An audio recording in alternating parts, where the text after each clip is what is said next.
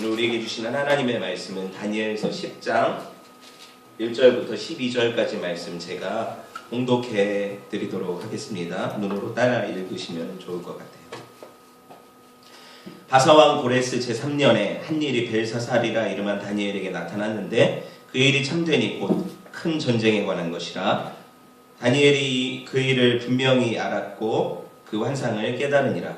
그때 나 다니엘이 새 이래 동안을 슬퍼하며 새 이래가 차기까지 좋은 떡을 먹지 아니하며 고기와 포도주를 입에 대지 아니하며 또 기름을 바르지 아니하니라. 첫째 달 24일에 내가 힙데겔이라 하는 큰 강가에 있었는데 그때 내가 눈을 들어 바라본즉 한 사람이 세마포 옷을 입었고 허리에는 우바스 순금띠를 띠었더라. 또 그의 몸은 황옥 같고 그의 얼굴은 번갯빛 같고 그의 눈은 횃불 같고 그의 팔과 발은 빛난 놋과 같고 그의 말소리는 무리의 소리와 같더라.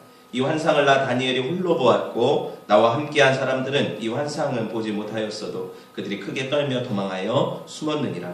그러므로 나만 홀로 있어 이 큰 환상을 볼 때 내 몸에 힘이 빠졌고 나의 아름다운 빛이 변하여 썩은 듯하였고 나의 힘이 다 없어졌으나 내가 그의 음성을 들었는데 그의 음성을 들을 때 내가 얼굴을 땅에 대고 깊이 잠들었었느니라. 한 손이 있어 나를 어루만지기로 내가 떨었더니 그가 내 무릎과 손바닥이 땅에 닿게 일으키고 내게 이르되 큰 은총을 받은 사람 다니엘아, 내가 네게 이르는 말을 깨닫고 일어서라. 내가 네게 보내심을 받았느니라 하더라. 그가 내게 이 말을 한 후에 내가 떨며 일어서니 그가 내게 이르되 다니엘아, 두려워하지 말라. 네가 깨달으려 하여 네 하나님 앞에 스스로 겸비하게 하기로 결심하던 첫날부터 내 말이 응답받았으므로 내가 네 말로 말미암아 왔느니라.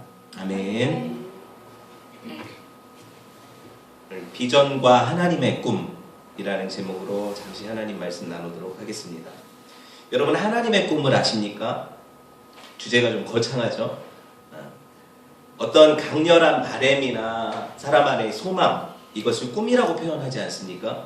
꿈꾸는 주체가 누구인가에 따라서 이게 개꿈이 되냐 아니면 실제로 실현 가능성이 있는 현실이 되느냐, 그렇죠? 이 차이가 있는 것 같아요. 꿈꾸는 사람이 우리같이 연약한 사람이 아니라 이 꿈꾸시는 분이 하나님이시라면 반드시 이 꿈은 실패하지 않고 이루어질 거라는 사실을 믿습니다. 여러분, 하나님은 첫 인류 아담과 하와의 실패, 타락, 그리고 노아 홍수 사건으로 인해서 전 세계의 사람들이 멸망받는 이런 사건 외에도 하나님은 포기하지 않고 다시 사람들을 찾아오셨어요. 왜 그러냐? 하나님의 꿈이 바로 사람들과 함께 하고 싶은 꿈이었거든요. 여러분, 구약의 이스라엘 백성을 택해서 자기 백성을 삼으시고 세상의 모든 열방을 구원하시려는 하나님의 구원 계획이 이렇게 착착 우리가 생각하지 못하는 어떤 그 시간에 하나님께서 이렇게 진행하고 계셨다는 거예요. 하나님 꿈이 뭐라고요? 너는 내 백성이 되고 나는 너희의 하나님이 될 것이다. 이게 하나님의 꿈이었어요. 여러분, 하나님이 아브라함을 택하셔서 부르셨지요. 그리고 하나님께서 이 아브라함을 택하실 때부터 간직하신, 아니 그 훨씬 이전부터 가지고 계셨던 이 꿈, 뭐예요? 임마누엘의 꿈이라는 거예요. 내가 너와 함께 하겠다는 거죠. 계속해서 너는 나의 성전이 되고, 그렇죠? 너와 나는 함께 교제하면서 이게 바로 영생이고, 하나님을 아는 것이 영생이니까, 그렇죠? 그리고 이런 천국의 삶을 누리게 하겠다. 이것이 모든 사람들에게 하나님이 베풀고자 하셨던, 택하신 백성들에게 베풀고자 하셨던 하나님의 꿈이었다는 거예요. 여러분, 근데 이스라엘을 선택하셔서 이 꿈을 보여주기를 원하셨지만 실패합니까? 안 합니까? 실패해요. 그렇죠? 선택받은 이스라엘 백성들은 하나님 앞에 신실하게 살지 못했어요. 하나님의 백성답게 살지 않았다는 거예요. 그들은 하나님이 싫다고 떠나버렸어요. 그렇죠? 여러분, 홍해의 놀라운 기적을 경험하지 않았습니까? 애굽의 종살이에서 구원하신 그 놀라운 기적 뿐만 아니라 광야 40년 동안 만나와 메추라기, 저 반석에서 물이 나게 하셔서, 그리고 구름 기둥과 불 기둥으로 그들을 보호하시고 먹이시고 입히셨던 그 놀라운 하나님의 기적을 경험하고, 그러고도 그들은 하나님을 거부했어요. 하나님이 직접 우리를 다스리는 것이 너무 부담스럽습니다. 우리에게 인간왕을 주십시오. 그래서 세워진 게 사울 아닙니까? 그렇죠? 근데 사울이 하나님께 신실하지 않았죠. 여러분, 그래서 그 사울 이후에 또 다윗이라는 왕을 다시 하나님이 대체하셨지만 그 다윗 사후에 누구예요? 솔로몬, 그 아들의 시대, 로보암 시대에 나라가 나뉘어서 남왕국과 북왕국 이스라엘로 이렇게 나뉘어지고 하나님의 꿈이 어떻게 돼요? 계속해서 어떻게 보면 사람들에 의해서 좌절되어 가는 것처럼 보인다는 거예요. 그렇죠? 하나님이 이스라엘 백성들을 통해서 민족들을 구원하시려는 그런 표본으로 삼으셨는데 이스라엘 백성들은 그렇게 살지 못했다는 거예요. 여러분, 그래서 어떻게 해요? 하나님께서 이방 나라들, 하나님을 알지 못하는 나라들을 일으키셔서 북이스라엘을 망하게 하시고 남유다를 치시죠. 그렇게 징계하시고 때리시면 돌아오리라 생각하시는 거죠. 그렇죠? 하나님의 계획은 결코 포기하는 법이 없으시다는 거예요. 그래서 아수르가 어떻게 해요? 북이스라엘을 멸망시켰죠. 그리고 남유다를 누가요? 바벨론이, 느부갓네살 왕의 시대에 605년이거든요. 기원전. 그때 바벨론 제국이 아수르를 멸망시킬 뿐만 아니라 북부 페르시아만까지 영토를 확장시키고 나중에 유다까지 침공해서 왜? 애굽이라는 나라까지 먹으려고. 그래야 이제 비옥한 초스탈지대가 다 자기들 안에 들어오니까 그것까지 먹으려고 침공을 했고 그 통로에 위치한 유다를 먹어버렸어요. 그렇죠? 이런 일이 일어났다는 거예요. 여러분, 이스라엘 백성들은 영적으로 하나님 앞에 간음한 간부였어요. 하나님이 너는 내 신부라 하면서 사랑하고 아껴줬는데 다른 우상들이 좋다고 하나님을 떠나간 그런 간음한 여인이 이스라엘이었다는 거예요.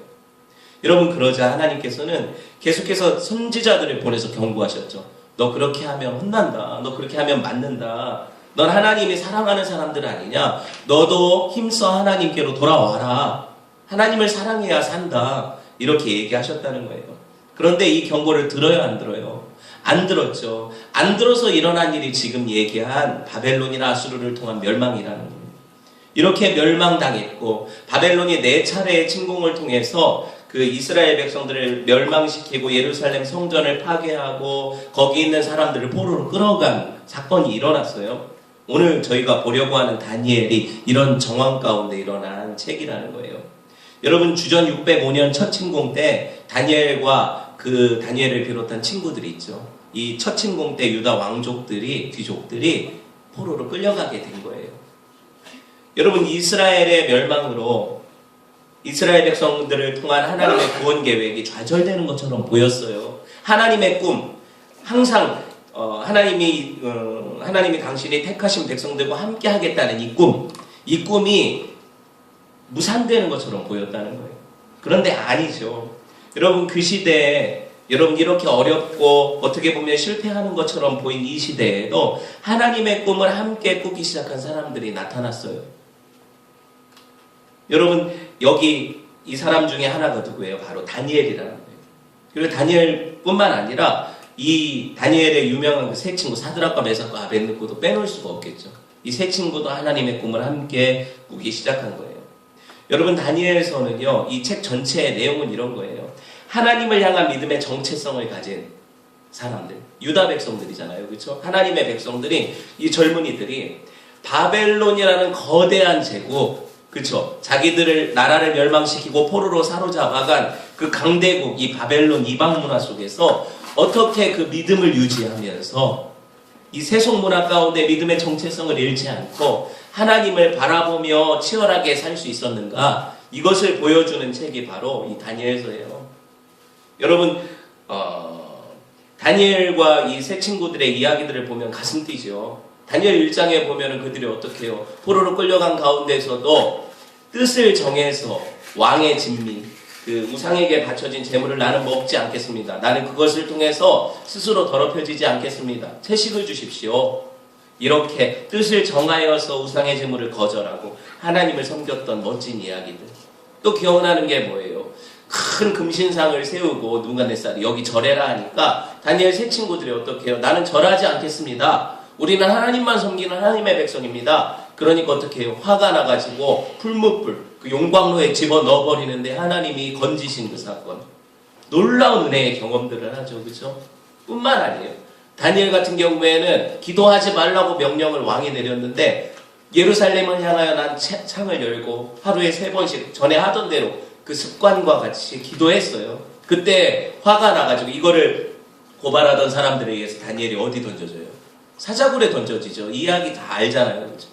그렇지만 하나님이 사자들의 입을 막으시고 그를 구원하신 놀라운 은혜의 사건들. 여러분 보세요. 그들이 따로 어떤 바벨론에서도 따로 유다 개토가 있어가지고 수도원 생활을 했던 게 아니에요. 자기들이 하나님을 섬기면서 예배하는 공동체 생활을 했던 게 아니에요. 그 세속 문화 가장 중심에서 그들은 세상에서 세상 일을 하면서도 하나님을 섬겼다는 거예요. 놀라운 이야기 아닙니까? 믿음의 정체성을 가진 그들을 흔들 자가 없었다는 거예요. 여러분, 바벨론 궁전은 세속 문화 중에서도 최중심부 아닙니까? 여러분, 그들이 누리며 살면 얼마든지 누릴 수 있는 위치까지 오르지 않았습니까? 바벨론의 셋째 통치자 자리까지 올라가잖아요, 다니엘. 그 세 친구들도 각 도를 다스리는 그 장관들 위에 올라가잖아요. 바벨론은 세계 정부예요, 그렇죠? 그런 나라에서 그만큼의 위치를 가졌지만 그들은 결코 신앙이 변질되거나 타락하지 않았다는 거예요. 그들이 어떻게 이렇게 할 수 있었을까? 그들에게 하나님이 하나님의 꿈을 보이셨기 때문이죠. 그들이 하나님의 살아계심을 그 세속 문화 가운데서도 깊이 경험하고 살았기 때문이죠. 그들에게 결국 뺏을 수 없는 하나님을 향한 열정, 그렇죠? 하나님 주신 비전. 여러분, 이것이 그들의 삶을 지탱하는 동력이 되었기 때문이죠. 세상 열방들과 열왕들에게 그들의 삶을 통해서 내가 섬기는 하나님은 이런 분이다.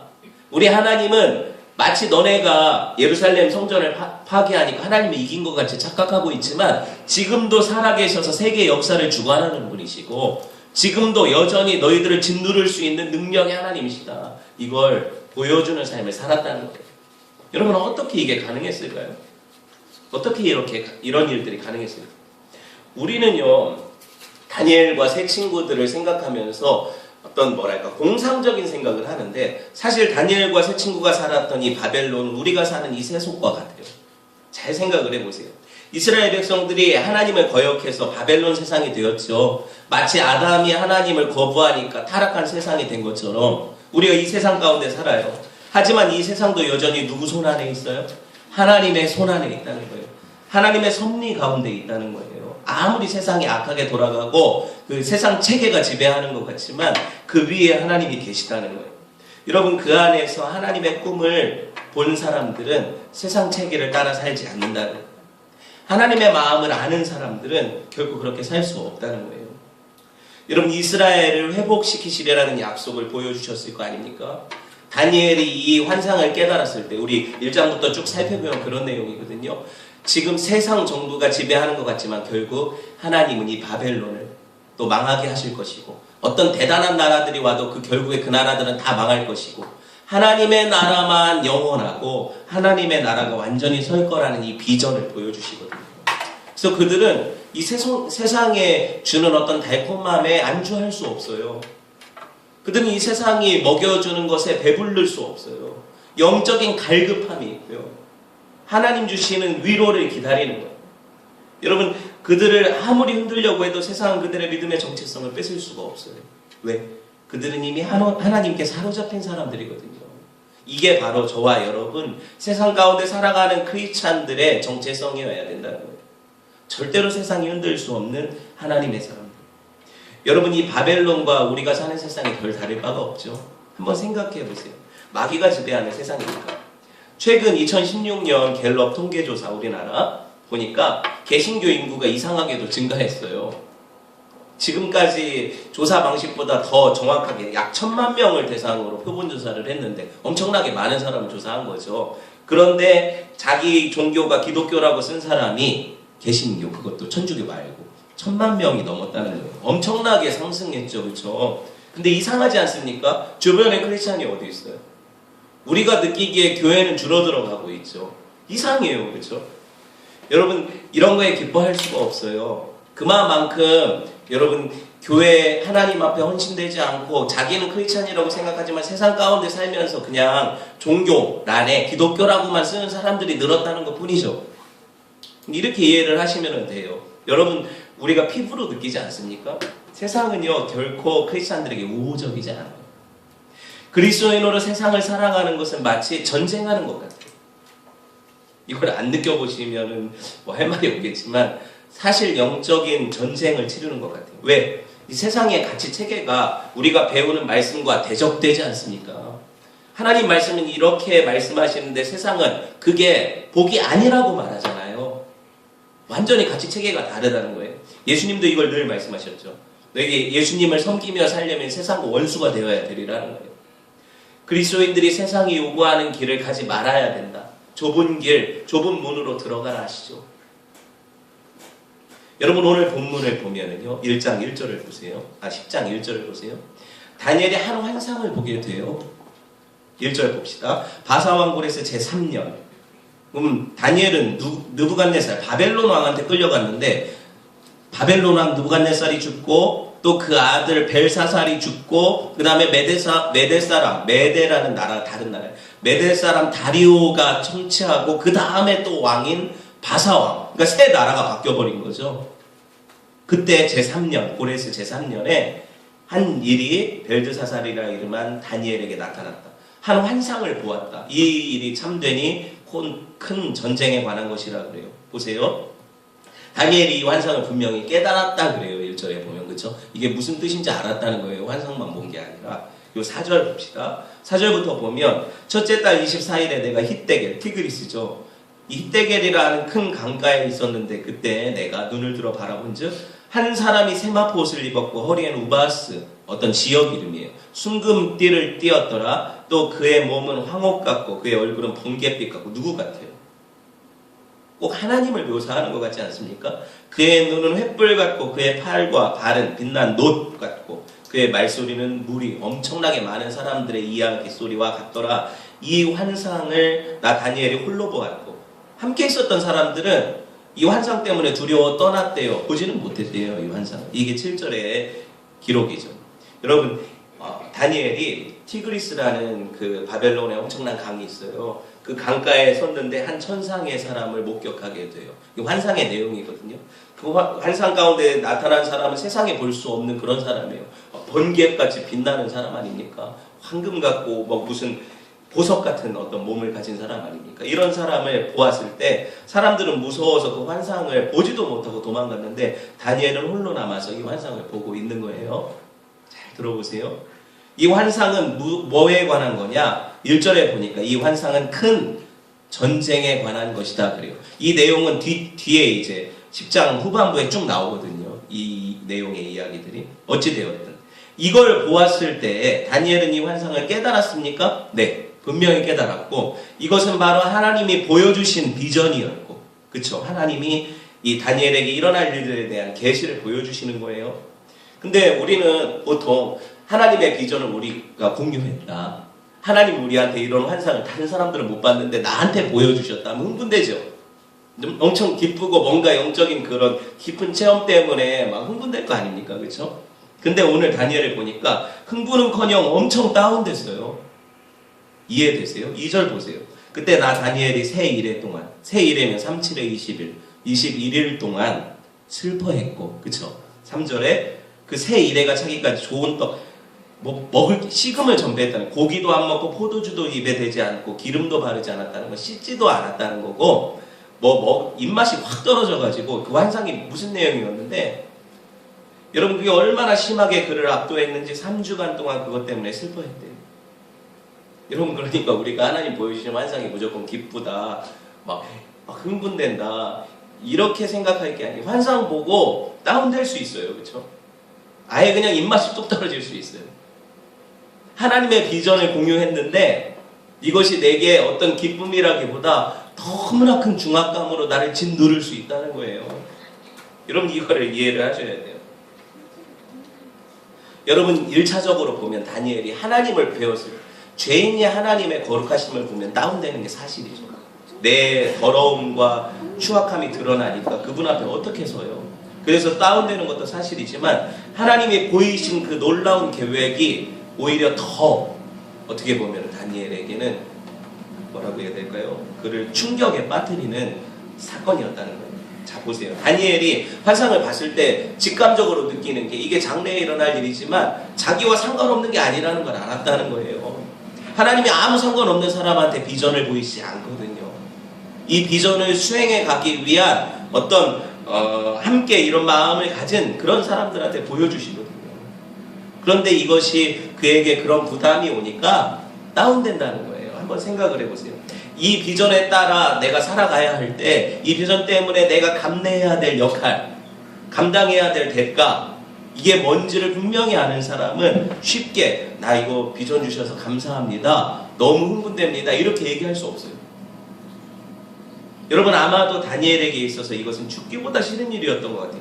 그냥 뭐 입맛이 뚝 떨어지는 거 보니까, 그렇죠? 얼마나 싫었으면 뭐 이렇게 압도당할까? 어떻게 이렇게 사람이 죽은 사람처럼 힘없이 연약함 가운데 뒷걸음질 칠까? 이런 생각을 해보게 돼요. 수많은 사람들이요, 저마다 하나님으로부터 꿈을 꿔요. 나 하나님 믿는 사람인데 하나님 내게 큰 비전을 주십시오. 내가 주를 위해 살겠습니다. 하나님 내게 꿈을 주십시오. 환상을 주십시오. 내가 보기 원합니다. 하지만 여러분, 대부분 그 꿈과 비전과 환상은 내가 그리는 거예요. 내가 이렇게 하나님을 섬겨야지, 내가 이런 자리까지 올라서 하나님께 영광 돌려야지, 장밋빛 인생을 그리죠. 누가 내가 이 환상 가운데 내가 이런 비전을 달라 하면서 이런 비전을 거둬, 주를 위해 죽게 하십시오, 굶게 하십시오, 막 어려움 당하고 세상에서 손가락질 당하고 욕먹게 하십시오, 피와 땀과 눈물의 대가를 치르게 해주십시오, 이렇게 기도하지 않고 이런 환상 구하지 않아요. 우리가 다 그렇지 않습니까? 생각해 보십시오. 다니엘이요, 어렸을 때 전쟁을 겪은 거 아닙니까? 다니엘이 유다 나라 사람이잖아요. 근데 전쟁, 그 느부갓네살이 침공해서 그 어린 나이에 끌려간 거잖아요. 타국으로 징용 간 것 같아요. 그렇죠? 여러분 보세요. 전쟁을 겪었고 나라가 파괴되는 걸 봤고 가족들이 뿔뿔이 흩어졌고 심지어 죽임당한 가족이 있을 수 있어요. 그렇죠? 이런 엄청난 전쟁을 어린 나이에 겪은 전쟁고아예요. 여러분, 바벨론에서도 그냥 편하게 살았습니까? 내시가 되는 훈련을 해요. 내시가 뭐예요? 보좌 아닙니까? 환관이 되는 거예요. 이거를 당했어요. 그리고 그 안에서 살아남기 위해서 아둥바둥하는 이 어떤 뭐라고 해야 될까요? 포로민으로서 그 나라에서 그 권력의 상층부까지 이렇게 가는 과정이 결코 쉽지 않았다는 거 다니엘서를 보면 알 수가 있죠. 엄청난 고난이었어요. 여러분, 근데요, 그 바벨론에서도 편했던 게 아니라고 했죠. 나라가 지금 2번이나 또 바뀌었어요. 바벨론에 끌려갔는데 메대 왕이 바벨론을 부셨고 그 다음에 지금 바사 왕이 왔으니까 벌써 나라가 이렇게, 이런 경험을 사람이 살면서 하기 쉽지 않은 경험이에요. 그렇죠? 꿈꾸고 환상 봤으니까 좋겠습니까? 여러분, 왜 안 좋냐면 다니엘이 본 환상의 내용이 뭐라고 했어요? 큰 전쟁에 관한 환상이다 그랬잖아요. 1절에. 지금 보여주신 환상이 큰 전쟁에 관한 환상이라 했잖아요. 예전에는 그래요. 멋모르고 당했죠. 어렸을 때 전쟁이 일어났고 그래서 내가 끌려왔고 그냥 살려다 보니까 아둥바둥 살았는데 이제는 어때요? 어느 정도 바벨론이라는 나라에서 높은 위치에 있어요. 그렇죠? 지금은 살만해요. 어떻게 보면 가진 것이 많아요. 알아요, 다. 그죠? 거기뿐만 아니라 지금 보니까 다니엘이 80이 넘은 나이거든요. 이렇게 계산을 해보면 나이 들고 약해져서 이거 전쟁을 다시 치르면 감당할 여력이 없을 것 같아요. 본인이 생각할 때.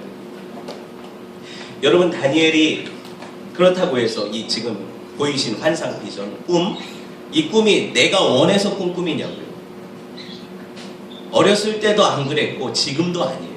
전혀 본인이 원하는 것과는 상관없이 보여주신 꿈이고 보여주신 비전이에요. 여러분, 하나님께서 당신의 비전 가운데 일방적으로 그를 몰아가시는 거예요. 어떻게 할 수가 없어요. 하나님께서 저와 여러분에게 보이신 어떤 비전 앞에서 저와 여러분도 다니엘처럼 뒷걸음질 칠 수 있어요. 과거에도 하나님이 이렇게 나한테 보이셨는데 그것 때문에 내가 얼마나 고생했는지 그거 생각하면 뭐 다시 하겠습니까? 제가 만약에 여기서 개척을 접고 다시 뭐 좋게 생활을 하다가 다시 개척하라고 하면 하겠습니까? 이 트라우마, 그렇죠? 이 전쟁의 어떤 다니엘에게 있어서는 전쟁인데 이런 과거의 경험이 다시는 다시는 이 일을 겪고 싶지 않다, 이런 마음을 갖게 했을 거예요. 여러분, 이 세상에서 하나님이 원하시는 대로 살고 더 나아가서 하나님의 어떤 이 부르신 소명을 이루어가는 일이 쉬운 일이 아니에요. 사람 능력으로 자기가 내가 감당해야지 해서 감당되는 게 아니에요. 말이 좋아 하나님의 꿈이죠. 제가 이제 하나님의 꿈이라고 하니까 여러분 이건요 정말 영적 전쟁이에요. 크리스찬으로 세상에서 하나님의 꿈을 공유하고 산다는 건 전쟁을 치르는 것 같다고 했잖아요. 세상에서 누가 인정합니까? 직장에서 하나님 섬긴다고 누가 인정을 해요? 여러분 친구들과 가족관계가 깨어지지 않습니까? 하나님 바르게 섬기다 보니까 세속주의, 물질주의, 그리고 내 안에 내면의 약함들, 내 죄들, 이런 것들이 모든 것들이 방해가 되지 않아요. 우리 안에 평안과 안주하려는 마음이 얼마나 강해요. 근데 하나님의 꿈을 꾸려면 안주할 수가 없어요. 내 편한 대로 살 수가 없어요. 얼마나 힘들어요. 옛 성품들이 계속 치고 올라와서 그렇지 않아도 가뜩이나 힘든데 나는 내 자신을 바라보면서 실망하고 낙담하게 돼요. 이러니 진퇴양난 아닙니까? 사면초가 아니에요. 여러분 하나님의 비전을 보고 하나님의 꿈을 따라 사는 게 쉽지 않아요. 결코 쉽지 않아요. 더욱이 현재 여러분 다니엘이 비전 앞에 절망할 수밖에 없는 큰 이유는요, 오늘 말씀해 보니까 다니엘이 느낄 때 비전을 본 사람이 자기 혼자거든요. 나머지 다 도망갔다고 하잖아요. 나 혼자 또 제일 사람이 못 견디는 게 뭐냐면 이거 나 홀로 알고 있고 나 혼자 이거 견뎌내야 된다는 거, 주변에 아무도 없다, 나랑 같은 꿈 꾸는 사람이 없다, 이게 얼마나 힘든지 몰라요. 우린 같이 꿈꾸니까 그나마 힘이 나죠. 그게 없으면 어떡해요? 이거는 진짜 살맛이 안 나요. 비전을 처음 얘기할 때는요, 어떤 사람들이 나와서 내가 하나님의 비전을 보았습니다 하면 흥분되죠. 많은 사람들이 듣고. 그래서 그 비전을 공유하고 싶고 그래서 들기도 해요. 같이 으쌰으쌰하고. 근데 그 비전을 향해 달려갈 때 이제 고난이 오지 않습니까? 어려움을 겪지 않습니까? 그럼 사람들이 떨어져 나가게 되어 있어요. 다 나가 떨어지게 되어 있어요. 현실의 벽에 부딪히면 하나둘씩 떠나가요. 그럼 어떻게 해요? 나만 홀로 남는구나. 이런 생각이 들 수밖에 없는 거예요. 다니엘이 영적으로 내가 왜 이렇게 무기력하지? 나 왜 이렇게 할 수 있는 게 없지? 이렇게 무기력함에 빠져들어가는 자기 자신을 발견하게 되죠. 우리가 예수님을 믿고 예수님이 하나님이 우리를 향한 삶의 비전을 보이실 때 이 하나님의 분명한 비전, 하나님의 우리를 통해서 이 세상을 구원하시고 하나님의 꿈인 임마누엘을 실현해 나가시겠다라는 이 비전을 붙잡고 내가 다른 사람들에게 하나님을 전하는 이 일의 사명에 내가 헌신되었다 하더라도, 그리고 이 꿈을 향해 달려간다 하더라도 이런 모든 어려움 앞에 낙담할 수밖에 없는 게 저와 여러분이라는 거예요. 너무 힘들면 어떻게 해요? 사람이 다 포기하게 되죠. 너무 힘들면 그냥 잠들어 있게 돼요. 영적으로. 더 이상 뭘 하고 싶은 마음도 없고 처참하고 부끄러운 모습이 있지만 너무 힘드니까 깊이 영적으로 잠들어 있을 수 있다는 거예요. 누가 주저앉아 있고 싶어서 주저앉습니까? 나름대로 열심히 최선을 다해서 어떻게 보면 삶의 자리에서 주를 섬기며 이 전쟁을 치러왔고 헌신해왔을 수 있어요. 시간도 물질도 투자해보고 최선을 다해서 이런 일들을 내가 견뎌내면서 해봤는데 밑빠진 독에 물 붓는 것 같고 도대체가 내가 뭘 했는지 모르겠고 나만 유별나게 이렇게 주를 믿어야 하고 하나님을 섬겨야 되는가? 다른 크리스찬들은 그냥 주일에 예배 한 번 하고 편하게 사는데, 자기 원하는 거 하고 사는데, 자기 꿈을 꾸며 사는데 왜 우리는 하나님의 꿈을 꾸며 살아야 되는가? 절망에 빠질 때가 있죠. 이 땅에 수많은 크리스찬들이 있다고 알아요. 그죠? 근데 나만 홀로 남은 것 같은 느낌. 8절 보세요. 그러므로 나만 홀로 있어서 이 큰 환상을 볼 때 내 몸에 힘이 빠졌고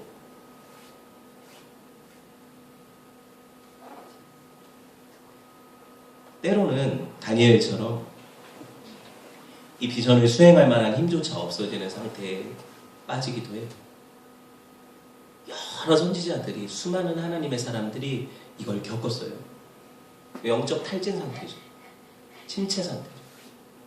하지만 여러분, 하나님은 그들을 포기하는 법이 없으셨어요. 함께 하나님의 꿈을 꾼 사람들을 너는 여기 나고자야, 너 여기서 주저앉아 살아, 이렇게 하지 않으셨다는 거예요. 하나님이 친히 찾아오셔서 그를 홀로 버려두지 않고 10절 11절 보세요. 한 손이 있어 어떤 천사를 통해서 나를 어루만지기를. 힘들지, 지쳤지, 어렵지, 내 무릎과 손바닥을 땅에 닿게 이렇게 완전 엎드려졌었는데 일으켜 세워주시고. 11절 보세요. 큰 은총을 받은 사람아, 큰 은총을 받은 사람 다니엘아, 내가 네게 이르는 말을 깨닫고 일어서라. 깨닫고 일어서라. 여러분, 하나님이 얼마나 인격적이십니까? 천만다행이죠. 가령 하나님이 우리가 그렇게 지쳐 쓰러져 있는데 독재자라면, 야, 너 그게 뭐 하는 짓이냐, 일어나, 까라면 까야지, 이런 식으로 우리에게 다가오신다면 우리가 얼마나 상처받겠어요. 도대체가 내가 왜 살아야 되는가, 그죠? 우리의 약함, 우리의 두려움을 하나님이 아십니다. 여러분, 진실한 인격과 인격 사이의 순종은 항상 제가 볼 때는 설득의 과정을 거쳐요.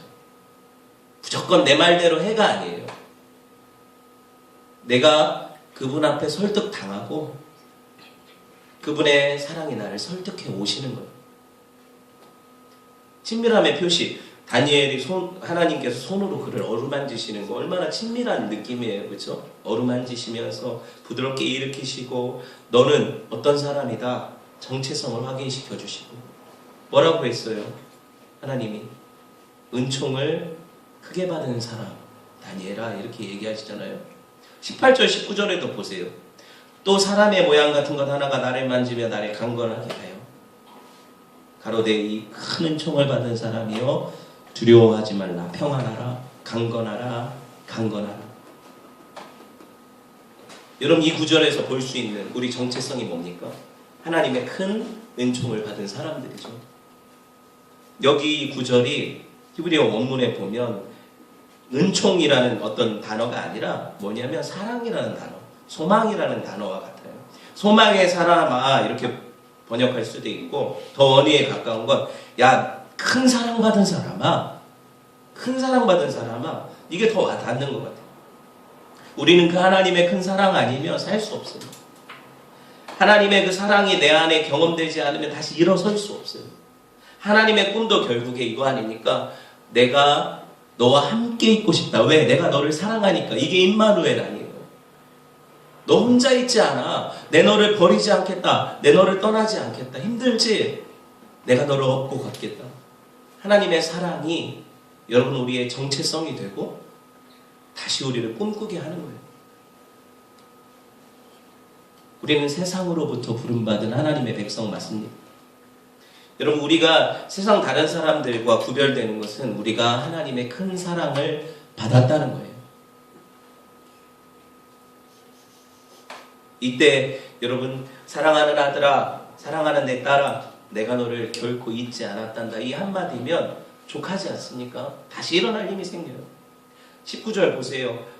19절 하반절 보니까 그가 이같이 내게 말하매 내가 곧 힘이 나서 이르되 내 주께서 나를 강건하게 하셨사오니 말씀하옵소서. 우리는 하나님의 위로와 말씀, 그 사랑으로부터 힘을 얻는 사람들이에요. 다시 일어나는 사람들이에요. 오직 하나님으로부터만 이 힘을 공급받는 사람들이에요. 사람들이 위로가 되지 않아요. 우리를 지친 자리에서 일으켜서 다시 한번 새롭게 하신 이후에 하나님은 다시 하나님의 꿈을 같이 꾸게 하시죠.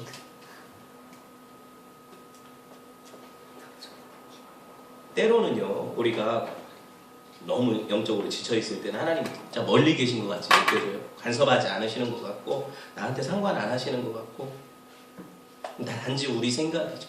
12절 볼까요? 12절 봅시다. 그가 내게 이르되 다니엘아 두려워하지 말라. 네가 깨달으려 하여 내 하나님 앞에 스스로 겸비하게 하기로 결심하던 첫날부터 뭐래요? 네 말이 응답 받았으므로 내가 네 말로 말미암아 왔는다. 여러분, 하나님은요, 다니엘이 하나님 앞에서 내가 겸손히 하나님의 뜻을 구하겠습니다 이렇게 결심할 때, 그 시작할 때부터 어떻게 해요? 하나님은 이미 응답을 주시는 거예요. 다니엘이 스스로 몸을 일으킬 힘조차 없는 탈진 상태에서 하나님을 경험하고 다시 한번 소성함을 얻어서 하나님을 바라고 하나님이 그를 향해서 놀라운 약속들을 주시고 하나님은 이미 그 삶에 깊이 들어오셨다는 거예요. 힘을 내십시오. 여러분 혼자 있지 않아요. 그렇죠? 우리는 결코 혼자 있는 게 아니에요. 그럼 하나님 말씀 무시하는 거잖아요. 하나님이 함께 하겠다 하셨는데 왜 혼자 있다고 생각합니까? 비록 때때로 아무도 나를 도와주거나 알아주는 사람이 없고 하나님마저 나를 떠난 느낌이 든다 할지라도 이건 단지 느낌일 뿐이죠. 여러분 느낌보다 중요한 게 하나님 말씀이죠. 내 느낌, 내 어떤 이런 찌부러드는 마음보다 중요한 게 확실한 하나님의 약속 아닙니까? 그 말씀이 다시 일으켜 세우시는 거예요. 포기하면 안 돼요. 당장 되는 일이 없다. 자꾸 아프다. 돈 없다. 어려움 자꾸 당한다. 그렇다 해서 하나님을 향한 삶을 포기할 수는 없는 거예요. 하나님이 졸지도 않고 주무시지도 않는다는 약속을 주시면서 여러분 우리에게 하나님께서 보이시는 이 꿈은 사실 우리가 꾸는 것 같지만 아니죠. 하나님의 꿈이니까 누가 이루실 거예요? 하나님이 이루실 거예요. 우리는 그날에는 하나님이 이루신 이 꿈 때문에 거기 우리가 약간이나마 동참했다는 사실 때문에 흥분될 거예요. 지금 이렇게 몰라서 그렇죠. 내가 뭔데 하나님의 꿈에 그냥 숟가락 하나 얹어가는 건데 하나님이 날 이렇게 하나님의 꿈을 같이 꾸게 하시고 그렇죠? 이렇게 쓰시는가 얼마나 감사해요. 여러분 13절 한번 볼까요? 우리가 이런 약속 하나님께서 겸손히 기도하기 시작할 때 이미 응답하셨다는 약속을 내가 더디 받는 이유에 대해서 나와요. 13절 봅시다. 근데 바사 왕국의 군주가 21일 동안 나를 막았으므로 하나님의 응답을 가지고 온 천사를 막아선 바사 왕국의 군주가 있죠. 막았으므로 내가 거기 바사 왕국 왕들과 함께 머물러 있더니 새 이래 동안 다니엘이 절망에 빠진 21일 동안 절망에 빠진 것 하나님의 응답이 없어서인데 왜 그런가? 마귀가 이걸 막고 서 있었던 거예요.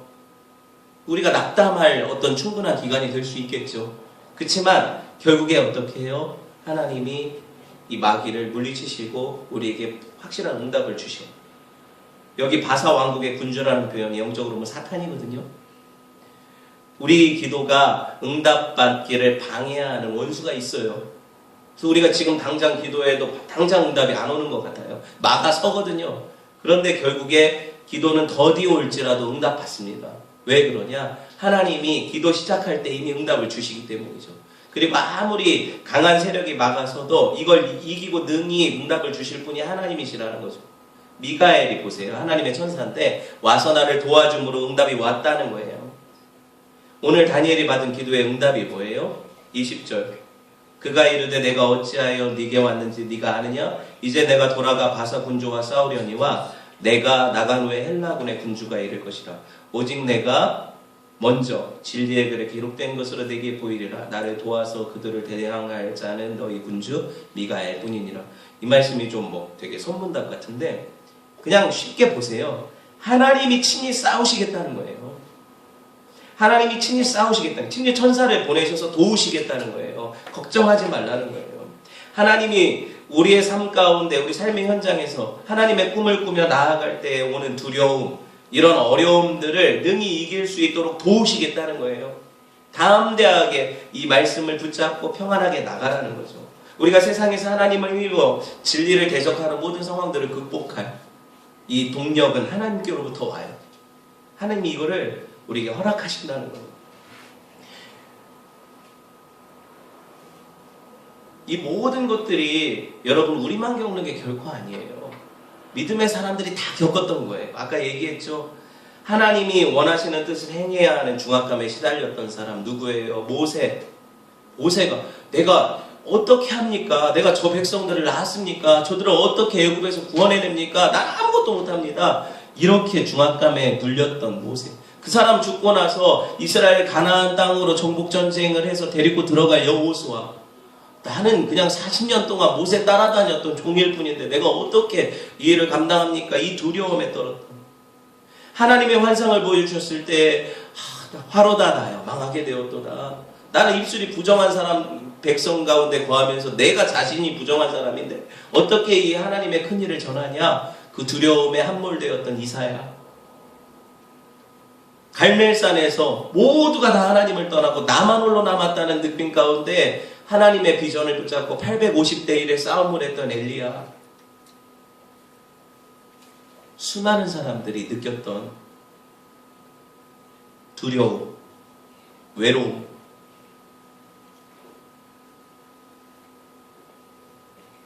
여러분, 이 외로움을 가장 강하게 겪으신 분이 누구세요? 우리 주 예수 그리스도시죠. 엘리 엘리 라마 사박다니 뭐예요? 나의 하나님 어찌하여 나를 버리셨습니까? 세상에 제자들, 믿던 제자들도 다 나 떠났고 뭐 무리들은 말할 것도 없고 나 홀로 남았다.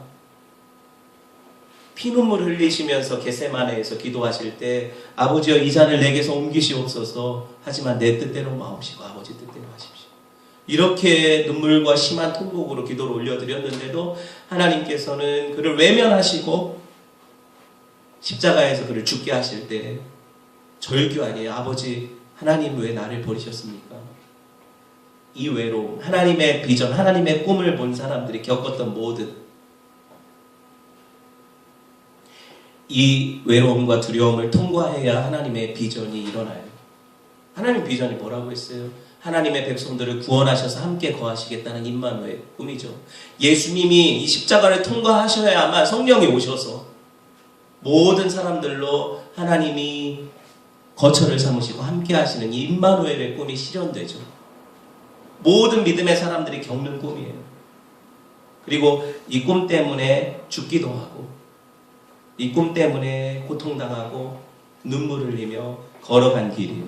희닥희닥하면 안 돼요. 일희일비하면 안 돼요. 오늘 힘들다고 바로 포기하면 안 돼요. 왜? 하나님이 포기하지 않으십니다.